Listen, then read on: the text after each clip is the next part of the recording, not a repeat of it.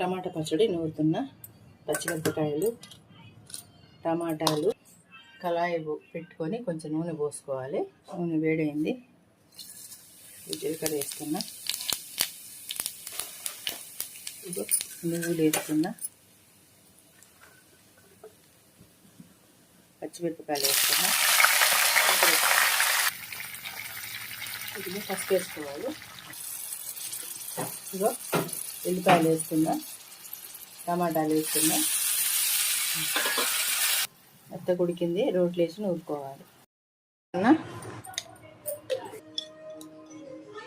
చింతపండు బదులు నిమ్మరసం వేసుకుంటున్నా.